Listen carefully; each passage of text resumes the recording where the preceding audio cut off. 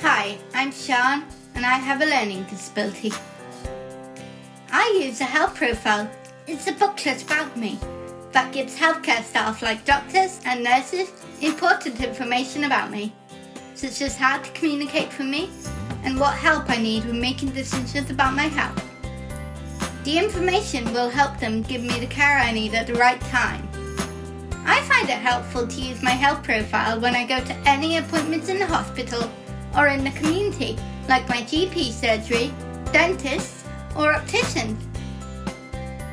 By reading my health profile, staff will know how they can best support me. For example, I need people to take time to explain things to me. It can help make my appointments easier and a more positive experience for all. I can fill it in myself or ask someone who knows me well to fill it in, such as my family, friend, support staff, or community nurse. I keep it up to date and remember, take the health profile with me to all my health appointments.